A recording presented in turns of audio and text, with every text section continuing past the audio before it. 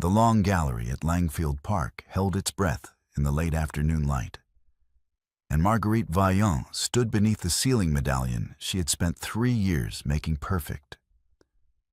Her brush set down for the last time. Gold dust still settled in the creases of her knuckles. She was 27 years old, the daughter of a Huguenot master gilder, and she had just completed the finest interior restoration in the county. 27 layers of gold leaf applied with a patience that most men could not have sustained for 27 days.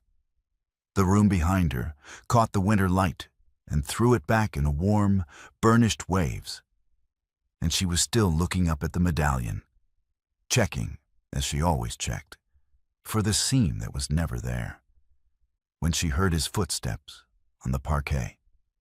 Benedict Langfield, Duke of Meryton, entered the long gallery and did not look at the ceiling. He looked at her. Something in his voice was wrong before he had said a word. She read it in the set of his jaw, in the way his hands were not at his sides, but held slightly forward, as if he were preparing to catch something or to push it away. She had known this man for 3 years. She had learned to read the room by reading him first, and what she read now made her set down the chamois cloth she was holding and turn to face him fully. "We need to discuss the commission," Benedict said, "before the royal visit." Marguerite waited. "It is not about the technique," he said. "Then say what you mean, Benedict." He looked at the medallion. He looked at the cornice she had gilded on a ladder in November, in cold that made the leaf stick to her fingers. He looked at the floor she had refinished on her hands and knees in the second winter, matching the original pigment so precisely that the estate surveyor had spent an hour looking for the join. He looked at everything in the room except her face, and then he looked at her face, and he said it. "You were convenient." The words landed in the gilded air and did not echo. They did not need to. Marguerite did not flinch. She did not weep or shout or take a step backward. She looked at him for 4 seconds, long enough to read the surface and the layer beneath it, the calculation and the shame that had not yet arrived, but would, the fear that had spoken before anything honest could. And then she turned. She walked to the door at the gallery's far end. She opened it. She did not close it behind her. The silence she left was worse than any door could have been. It was gallery length, amplified by the tick of the bracket clock on the south wall and the soft creak of gilded wood settling in the cold. Benedict stood in the long gallery, alone, in a room so beautiful it was painful to look at, surrounded by the evidence of her hands. The silence held. It held him there in it, and it did not let go. 6 hours earlier, the Morning Post had arrived at Langfield Park with a confirmation letter from the Lord Chamberlain's office, and Mr. Harrington, the estate steward, had brought it to Benedict in the library, with the particular expression he reserved for news that was simultaneously excellent and complicated. The royal household would send an advance representative within the month. The Long Gallery, restored under the Duke of Meryton's patronage, had been selected as a model of private conservation for the household's consideration. Benedict had read the letter twice. He was still holding it when Lady Phoebe Langfield arrived. Phoebe was 31, his cousin, widowed at 28, and the most politically intelligent person in the family. Which was not, Benedict sometimes reflected, the same as the most honest. She came into the library without knocking, which she had always done, and she sat in the chair across from his desk without being invited, which she had always done, and she looked at the letter in his hand with an expression of careful neutrality that he had learned, over the years, to distrust. "You have seen the confirmation," she said. "This morning," he replied. "Then you understand what it means." Phoebe folded her hands in her lap. "The royal household will send someone. that someone will ask who restored the gallery, and you will have to explain that the Duke of Meryton's most trusted companion for 3 years, the person whose name is attached to the finest room in this house, is the daughter of a Huguenot tradesman. Benedict set the letter down. Marguerite Vaillant is the finest restorer in the county. I do not dispute her skill, Phoebe said, with the tone of a woman who was about to dispute everything adjacent to the skill. I dispute the presentation. Every paper in London will note it, Benedict. The Duke, whose most trusted companion, is a gilder's daughter. At a royal visit, with the household watching. She completed the medallion last week. The work is extraordinary. The work is irrelevant to what I am describing. Phoebe's voice was patient, which was always more dangerous than when she was impatient. You are not being judged on the ceiling. You are being judged on your choices. And the choice to keep a tradeswoman in that position, to present her as your restorer before the crown, that choice will follow your name into every drawing room in England. Benedict stood and walked to the window. Outside, the park lay frost-pale in the winter morning, and he could see, if he looked at the right angle, the light from the long gallery where Marguerite was working. He had been able to find that light for 3 years without trying. She finishes today, he said. Then today is the time, Phoebe said, and waited. He did not refuse her. He stood at the window for another 30 seconds, and he did not refuse her. And Phoebe knew what that meant, and she left him to it. That afternoon, Benedict found Marguerite in the long gallery making her final checks. She was on the short ladder at the east cornice, a hand lens pressed to the gilded acanthus, and she did not hear him come in. He stood for a moment watching her work, the particular focus she brought to the smallest detail, the way her whole body organized itself around the task. And then he rehearsed, silently, the sentence Phoebe had given him. It was a clean sentence. It left nothing open. He said it when she had descended the ladder and set down the lens. He said it to her face, because he was, at least, not a coward about the delivery. And she looked at him for 4 seconds and left, and the gallery held him in the quiet she made. In the kitchen corridor, Marguerite packed her tools with the methodical care she had learned from her father. Each brush wrapped in cloth, each solvent bottle stoppered and set upright, the hand lens in its leather case. Mrs. Harrington, the housekeeper, found her there and stood in the doorway, with the expression of a woman who wished very much that she were somewhere else. Miss Vaillant, Mrs. Harrington said, the Duke did not mean, he meant it exactly, Marguerite said, without looking up from the brush she was wrapping. That is the problem. She lifted the wooden case, settled its weight against her hip, and walked out through the kitchen door into the cold. That evening, Mr. Harrington knocked at the library door and entered to find Benedict standing at the window in the dark, the confirmation letter still on the desk where he had left it that morning. Your Grace, Harrington said, the advance representative from the royal household arrived this afternoon. I showed him the long gallery. Benedict did not turn from the window. He spent 40 minutes in the room. Harrington continued. He asked to meet the restorer. He said, Harrington paused, with the care of a man delivering information he knew would wound. He said the gallery is the finest restoration in England. He asked for her name. I gave it. Benedict was quiet for a moment. Then, what did he say? He said, remember it. The fire in the grate was the only sound in the room. Benedict remained at the window, looking out at the park, at the long gallery where no light burned now, and said nothing at all. 3 days later, Marguerite arrived at Mrs. Thorne's gilding workshop in Milford and asked for bench space. Mrs. Thorne was 54, broad-shouldered, with hands that carried the particular coloring of a woman who had worked with gold leaf since she was 12. She had trained Marguerite's father, and she had watched Marguerite grow up in the smell of size and solvent. And she looked at her now across the workshop bench with an expression that was equal parts assessment and something warmer. "Bench space?" Mrs. Thorne repeated. "I need somewhere to work," Marguerite said. "You need more than bench space. You need work."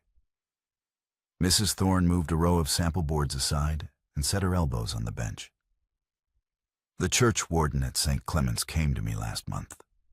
The medieval rood screen. It has not been touched in 60 years, and it needs someone who knows what they're looking at. I was going to take it myself, but my eyes are not what they were for the fine work." She looked at Marguerite steadily. "I am offering you the commission." Marguerite was quiet for a moment. "I need to work," she said, "not to be given work. There is a difference." "There is," Mrs. Thorne agreed. "The commission exists. The church warden is waiting. I am telling you about it because you are the right person, not because you need saving." She pushed a contract across the bench. "Sign it in your own name. I will witness it." Marguerite looked at the contract.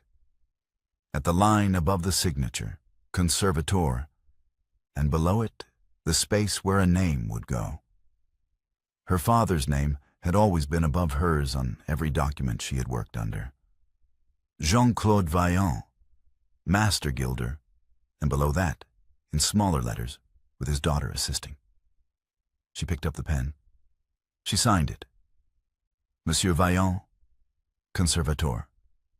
Her hand was steady. She began at St. Clement's the following morning. The rood screen was older than anything at Langfield, carved from oak in the 14th century, and it asked more of her than the Long Gallery had. The Long Gallery had required precision and patience, and a thorough knowledge of period technique. The rood screen required all of that, and also a kind of listening. The ability to read 3 centuries of overpainting and understand what was underneath without disturbing it. Marguerite mixed her solvents on the workbench Mrs. Thorne had set up in the vestry, testing adhesion on small patches before committing to anything, working with a brush so fine it left a line no wider than a hair. Mrs. Thorne came twice a week to observe, and occasionally to correct, and once to sit quietly in the pew behind Marguerite for an hour without saying anything at all, which Marguerite recognized as the highest form of professional approval the older woman offered. At Langfield, meanwhile, Phoebe had installed Mr. Harwood, a restorer from Ipswich, whom she described as properly established, to complete what she called the final touches on the Long Gallery before the royal visit. Harwood was competent. He was not Marguerite. Benedict found this out when he walked the south cornice on a Tuesday morning and stopped at the third acanthus leaf from the window. He stood there for a full minute before he called Harrington. "She tapered the acanthus," Benedict said when Harrington arrived. "You see how the edge runs to a point? Harwood squared it. Look at the difference." Harrington looked. "It is a very small difference, Your Grace." "It is the wrong difference." Phoebe arrived that afternoon and found Benedict still in the gallery. She looked at the cornice and then at him. "No one will notice," she said. "I notice," Benedict said, and walked away, and did not say anything further to her about it. He walked the Long Gallery every night that week.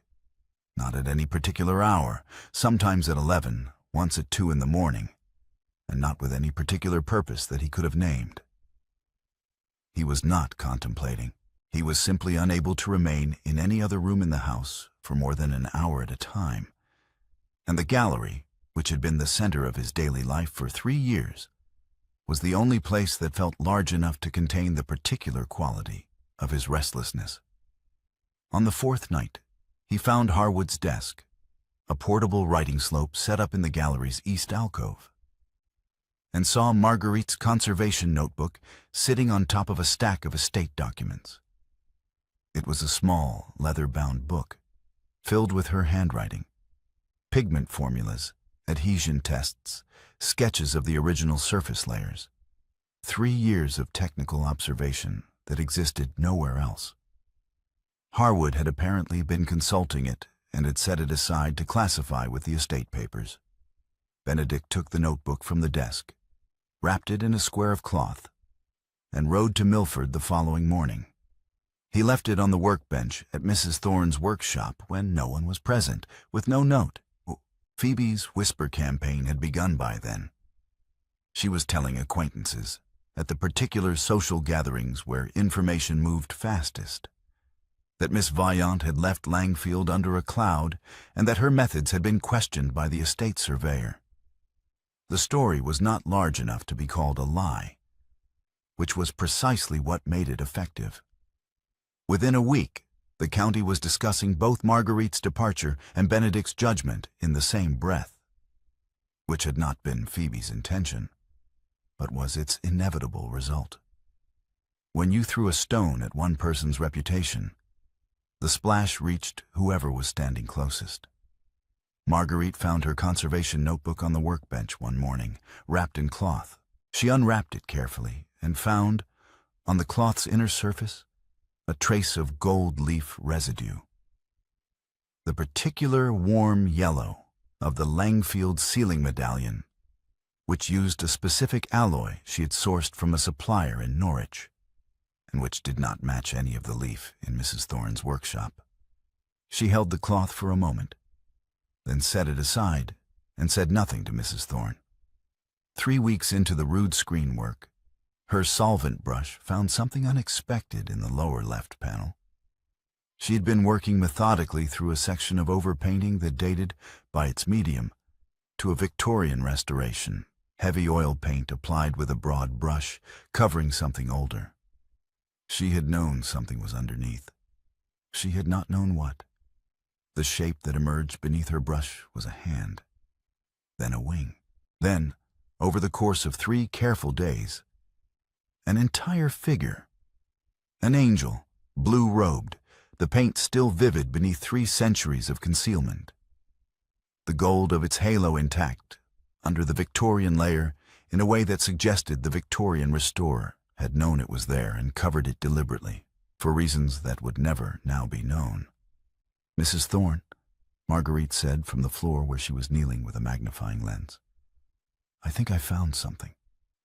Mrs. Thorne came and knelt beside her and looked for a long time without speaking. "A hidden panel," Marguerite said. "A medieval Annunciation. The azurite looks consistent with East Anglian workshops. The particular blue, the binding medium. Late 14th century, possibly." She paused. "What if it is not significant? What if I have—" "You did not stumble onto it," Mrs. Thorne said. "You worked for 3 weeks with a solvent brush, testing every square inch, because you knew something was there. You found it because you were looking." She sat back on her heels. "It is significant, and you are going to need Sir Hubert Dacre." Sir Hubert Dacre, president of the Antiquarian Society, arrived at St. Clement's on a Thursday morning with 2 assistants, a portable spectroscope, and the particular energy of a man who had been told something extraordinary and was prepared to be disappointed. He spent 2 full days examining the panel before he would speak to Marguerite about his conclusions. The authentication evening was a county event before anyone had organized it as one. The church warden had mentioned it to the parish council, who had mentioned it to the local newspaper.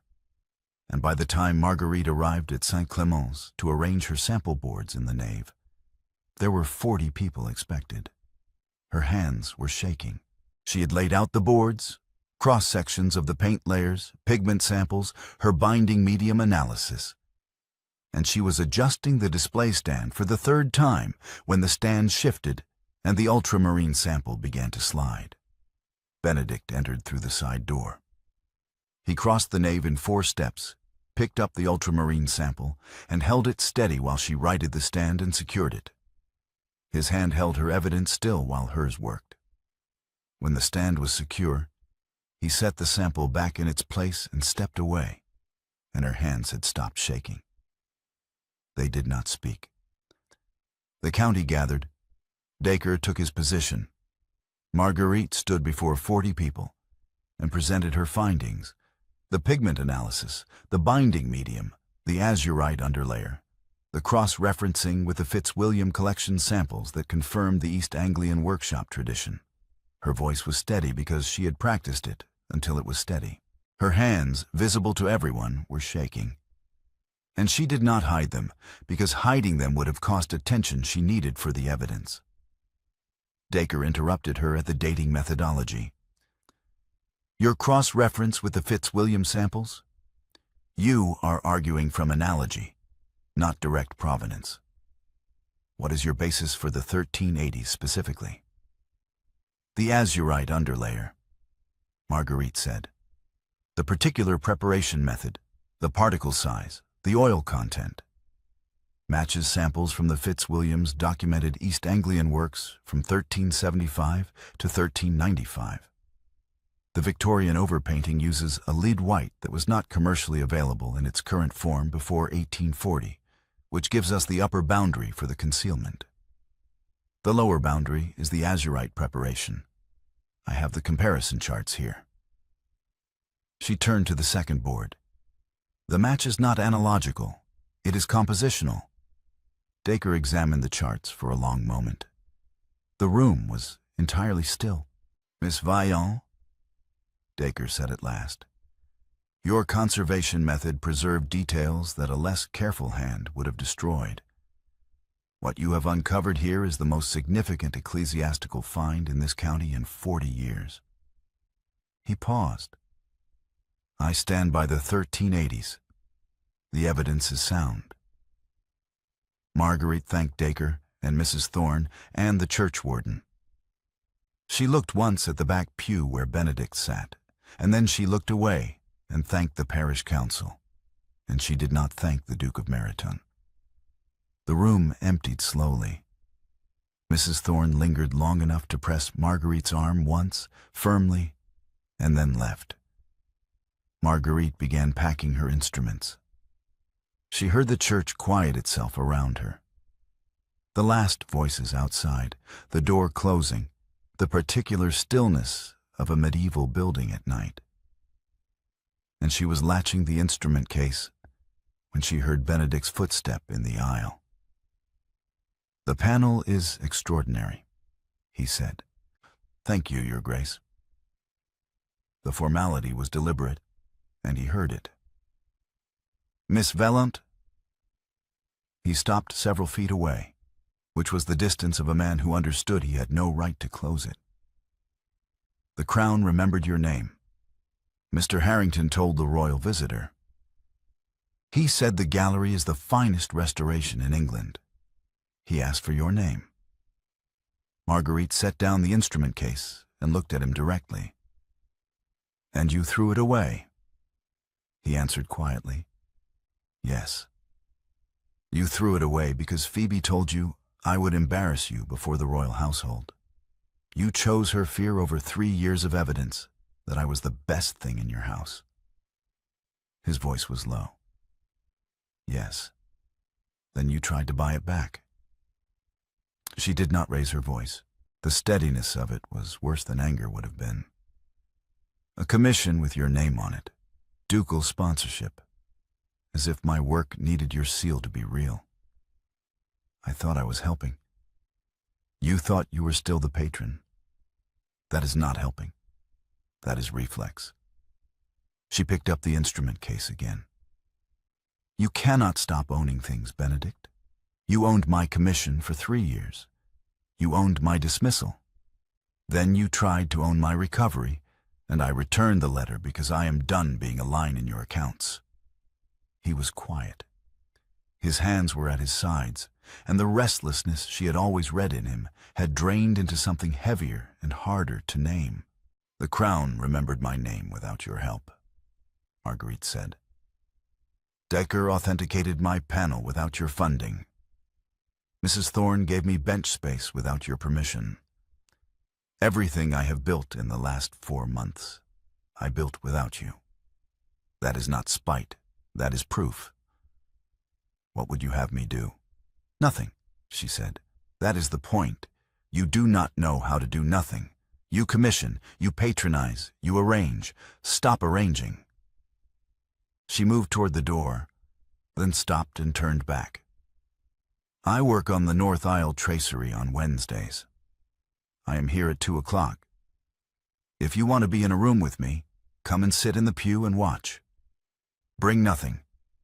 Say nothing useful. If you can learn to be present without owning what you see, then perhaps." She left. The door closed behind her, not a slam. A click. Precise and final as the last layer of gold leaf set perfectly against a surface. The letter had arrived at the Antiquarian Society 3 days before the authentication evening. Benedict had written it privately, requesting that the Society fund a full conservation program at St. Clément's, with Marguerite named as lead conservator under ducal sponsorship. He had believed, when he wrote it, that he was correcting something. The letter reached Marguerite before it reached Decker.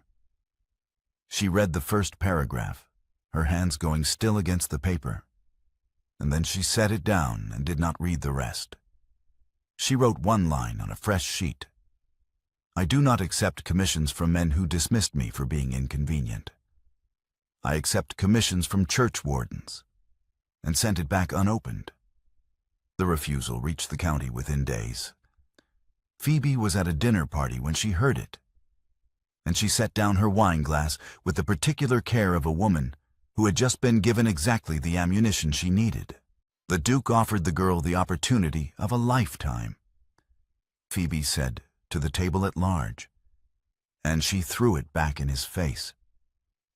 I am afraid that tells us everything we need to know about the gratitude of tradespeople. Dacre, who heard the story secondhand, wrote to Marguerite directly. "The funding is welcome. Your name requires no sponsor." She read that letter twice, folded it, and put it in the pocket of her work apron. That night, Benedict found his way to St. Clement's. It was not Wednesday, and he had not been invited, and he knew both of these things.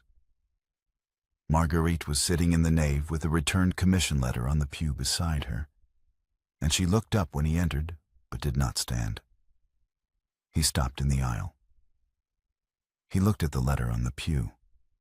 He looked at her. "I returned it," she said, "because you cannot stop owning things." "I know," he said. "You do not know. If you knew, you would not have written it." She was not angry in the way that shouts. She was angry in the way that goes quiet and still and says exactly what it means.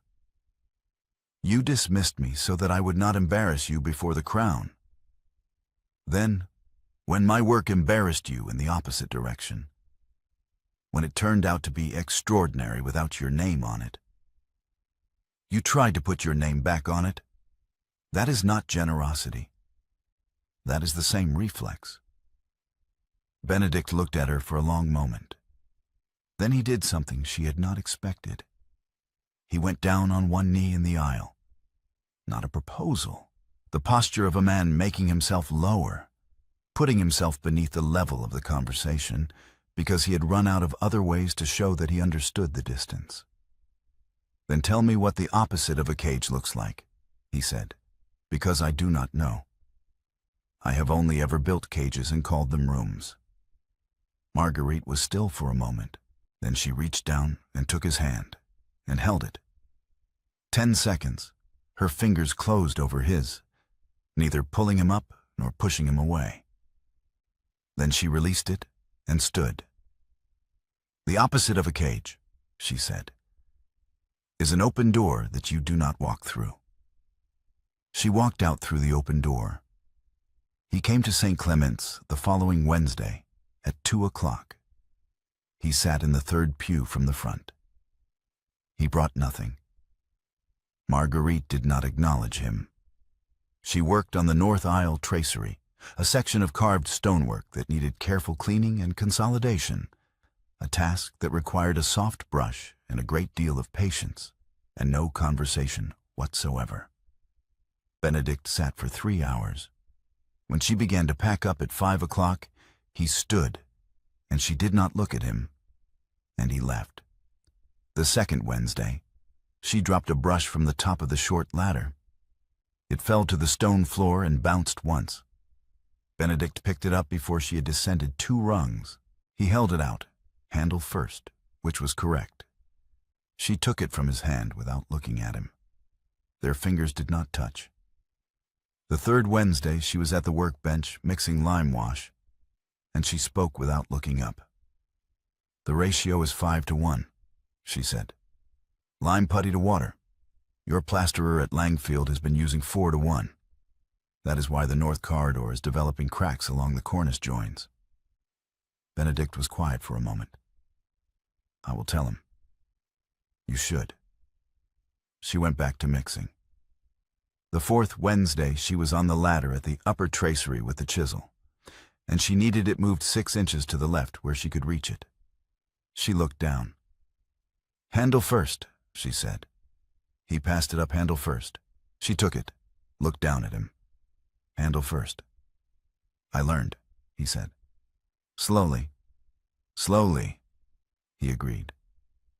At the end of the session, she descended and stood at the workbench with her back to him, cleaning the chisel. "You have not commissioned anything," she said. "No," he replied. "You have not sent letters through Mrs. Thorne." "No," he said again. "You have not arranged anything." She set the chisel down. 4 weeks? "I sat in a pew," he said. "For 4 weeks. I did nothing. It is the hardest thing I have ever done." She was quiet for a moment. "Harder than dismissing me?" "Dismissing you took 1 sentence and destroyed everything. Sitting still takes the whole afternoon and builds nothing, except, I hope, the possibility that you might believe I can be in a room without trying to own it." She set down the cleaning cloth. "Handle toward him?" "That took 4 weeks." "It took 4 weeks to do," he said. "It took 4 months to understand why it mattered." The 5th Wednesday, she showed him the lime wash technique. "Come here," she said, which were the most direct words she had spoken to him in 10 weeks. He crossed to the section of wall she was working on. She put the brush in his hand, and then she put her hand over his. Fingers over his fingers, adjusting his grip, showing him the angle. "Lighter," she said. "You are pressing like a man who grips a rein. This is plaster, not a horse." His hand under hers, learning the pressure. She guided him through the stroke, the particular sweep that deposited the lime wash evenly without dragging. She did not let go for 3 seconds longer than the instruction required. He did not move his hand.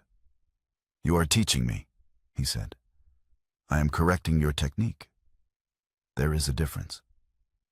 "There is always a difference with you," he said. "I am learning to hear them." She released his hand and returned to the section she had been working on. But she moved her stool 2 inches closer to the wall where he stood, and they both noticed it. And neither of them said anything about it. At the end of the session, she was cleaning brushes at the workbench, and he was standing by the rood screen, looking at the Annunciation panel that had made the county talk for 6 weeks. She crossed to him.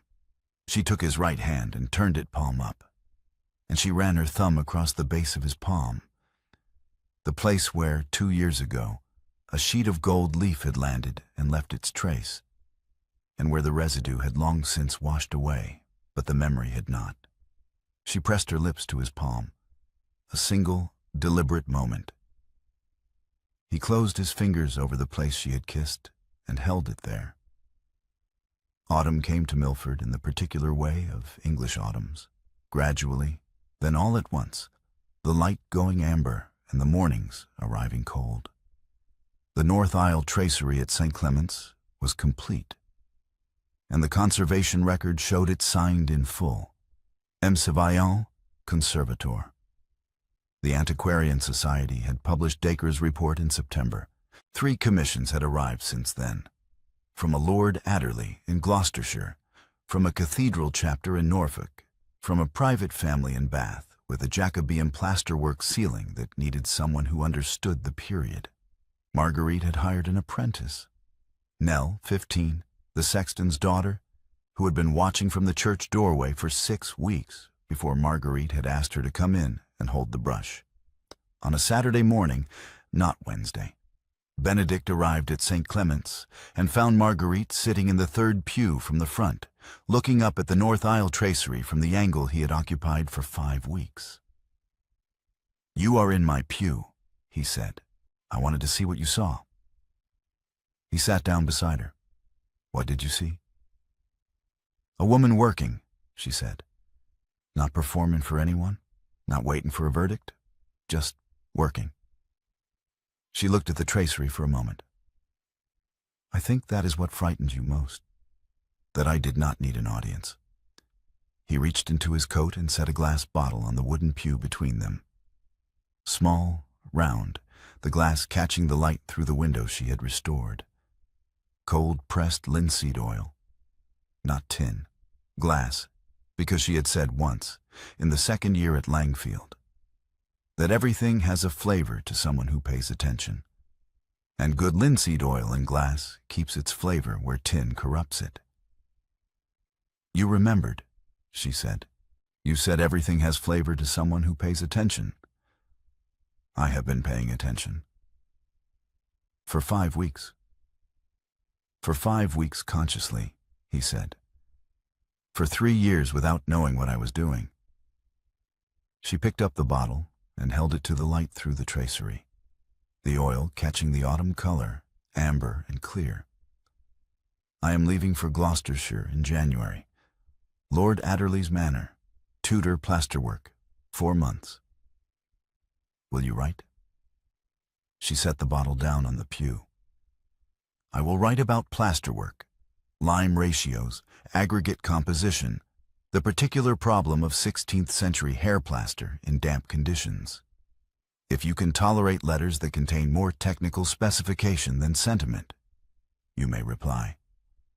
"I tolerated 4 weeks of silence," he said. "I can tolerate lime ratios." His hand rested on the wood. She placed hers beside it, not touching. The width of the linseed oil bottle between their fingers, the glass catching the light between them. "You are not forgiven," she said. "I know," he answered.